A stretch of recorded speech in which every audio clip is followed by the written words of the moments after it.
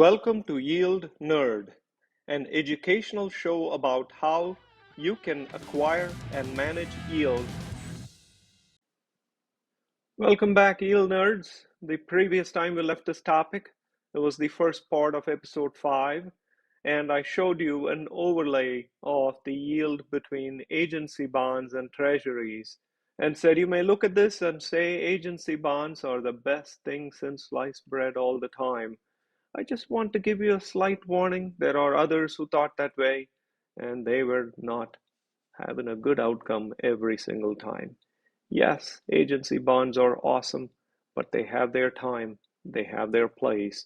And so we're going to pick off from exactly that moment where we're going to say, are there other things we should be thinking of instead of just the absolute yield? And the answer obviously is yes, and that would be taxes.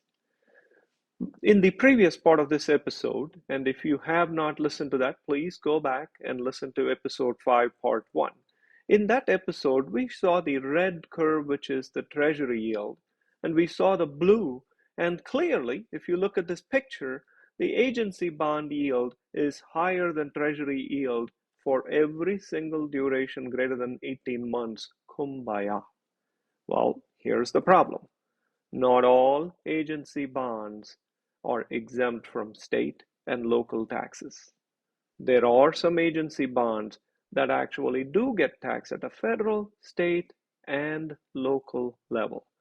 To drive that point in, here is a simple message from a beautiful ristorante.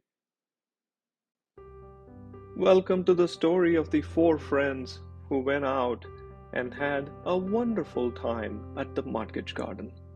The mortgage garden. When we say never-ending mortgage, we mean it.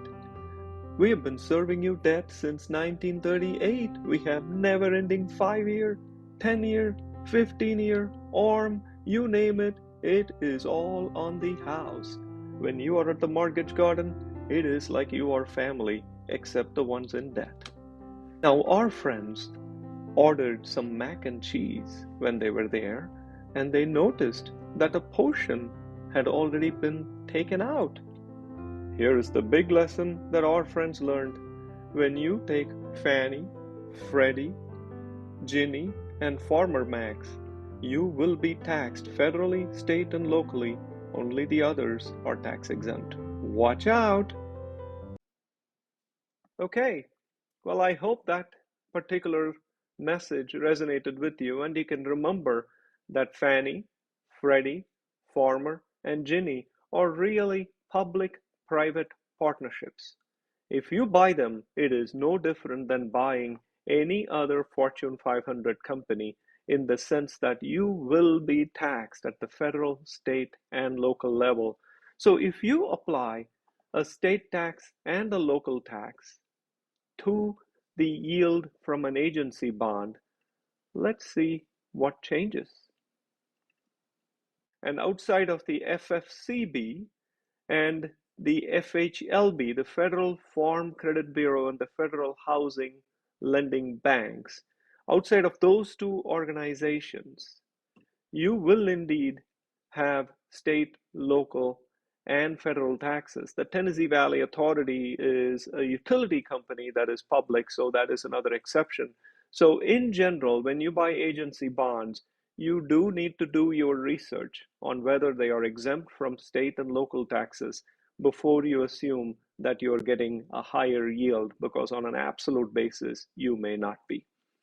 So let's dive deeper into that and see what happens if indeed we apply state and local taxes. Now, I have used the state of Illinois' state and local taxes here. And so what this is showing is if I use a 6.25% state tax, just the state tax is the orange line. And if I use state and local tax, the state of Illinois has a maximum of 8.85%. And so depending on where you live, you may have state and local taxes. Please check your own jurisdictions. What is becoming clear is after you net out state and local taxes, agency bonds are in the clear winner until the duration is north of 5 years. I'm not saying that it's good or bad. You probably need some instruments of various durations, but be careful about which ones you buy for what duration. And the moral of the story here is that state and local taxes do eat into the incremental yield. And so, unless you are buying FHLB, which is the Federal Home Lending Bank, and FFCB, which is the Federal Farm Credit Bank, those two are state and local tax exempt. But if you buy Fannie Mae, Freddie Mac, Ginnie, or Farmer Mac, those indeed will eat into your yield, so be careful. Having said that, let's now figure out where we go next. Let's go buy an agency bond. And to do that, we are going to click on one of these rows. I picked the 3-year, and these numbers will obviously not be the same if you log into your account because this is not the same day. And once you click into that, you're going to see a laundry list. And as I indicated earlier, at least on Schwab, they do not separate the state and local tax exempt bonds from those that are non-exempt. So this shows a listing. There is Fannie Mac right there. Fannie Mac shows up as FHLMC. That's a mouthful. Here is FHLB. And if you just looked at the absolute yields and you thought the difference in yield between these two is barely 0.1%, you are incorrect. FHLB is state and local tax exempt, so this is actually much higher yield than that. Appearances are deceptive, as we talked about. The minimum quantity is the next thing you want to look at. If you are willing to plop $100,000, then you can do so on this FHLB bond and get 5.003% exempt from state and local taxes. If you have 15,000 to spare, or if you only have 1,000 to spare, so you would obviously look at the list of bonds, and this is Fannie Mac, this is state and local tax inclusive, meaning you will lose your yield, a portion of it to state and local taxes. This again has the same dynamic. This is exempt from state and local taxes. So watch out for what the minimums are, watch out for what the after-tax yields are, and make your calculations accordingly.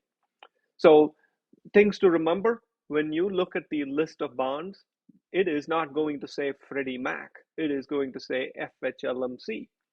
Fannie Mae is going to show up as FNMA.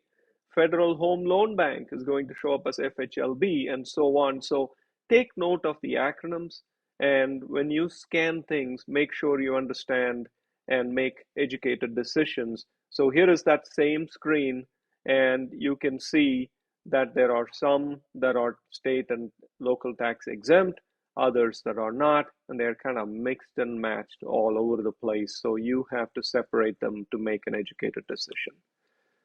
So the next part, as I reviewed, is for you to look at minimums. So once you look at minimums, if you want to invest at or above the minimum, you obviously want to pick the highest net after-tax yield instrument, meaning if you had $100,000 to invest, you would put it on this particular one, FHLB, because it pays the highest after-tax yield.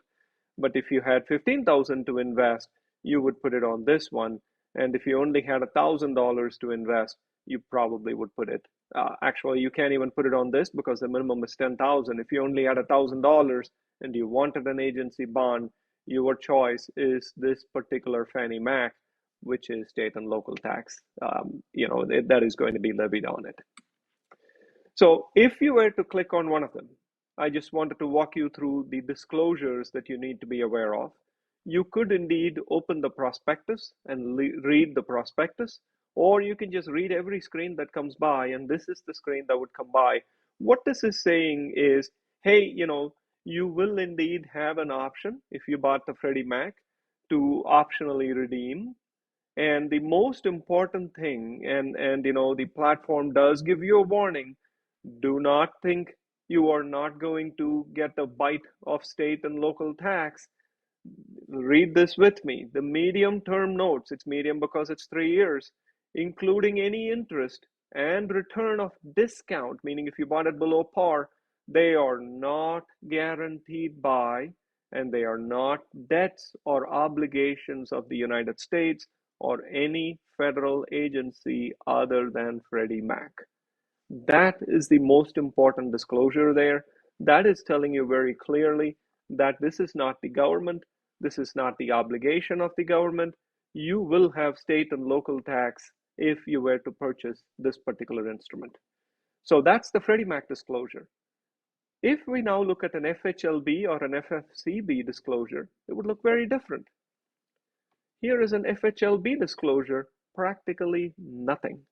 The FHLB, as you may remember from our picture, is a vehicle of the United States government.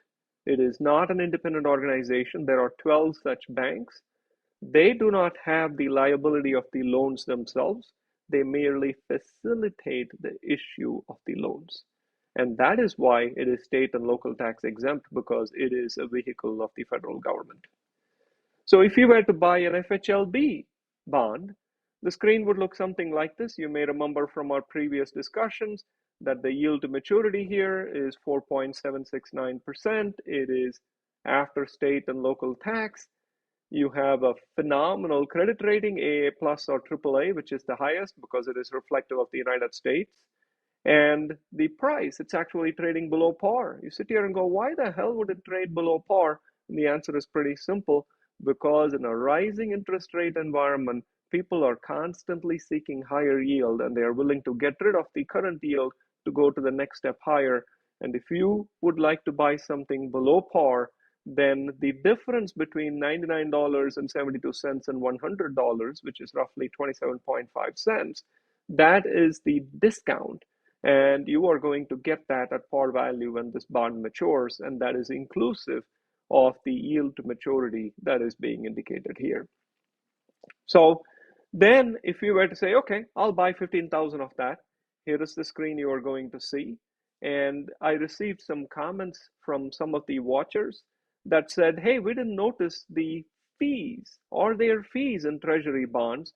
And the most important thing to know is that most brokerages do not charge you a fee for buying treasury bonds. However, if you are buying an agency bond, here is an example. This is $1 for every $1,000 of bonds that are purchased. So here is a $15 fee for a $15,000 purchase. This says the accrued interest is 0. We had a discussion on accrued interest earlier. If I were to buy a bond in the middle of the 6-month period, the previous holder of the bond rightfully earned the interest for those 3 months. So I will be paying off their 3 months of the interest. However, when my 6 months are over, I will get the entire 6 months of interest. So that is what that is saying. In this case, the accrued interest is 0. And that is the only thing to remember here. There is a transaction fee. There is no accrued interest. So for $14,958, we are purchasing $15,000 of FHLB bonds that mature a couple of years out and give us a yield to maturity of 4.769%. So what did we learn? Be careful when you lean in on agency bonds. Not all agency bonds are created equal. They certainly are slightly higher on the risk ladder than treasuries. They do provide more yield, but not all the time. And we saw that yield curve. You have to watch out your duration, and you have to make sure you're taking the right risk for the right duration. And lastly, make sure you do your homework on after-tax yield before you buy agency bonds. Thank you so much for listening to YieldNerd, and we are progressing into the next higher rung of risk as we go along. Have a lovely day. Thank you for listening to YieldNerd, a do-it-yourself show for yield accumulation and management.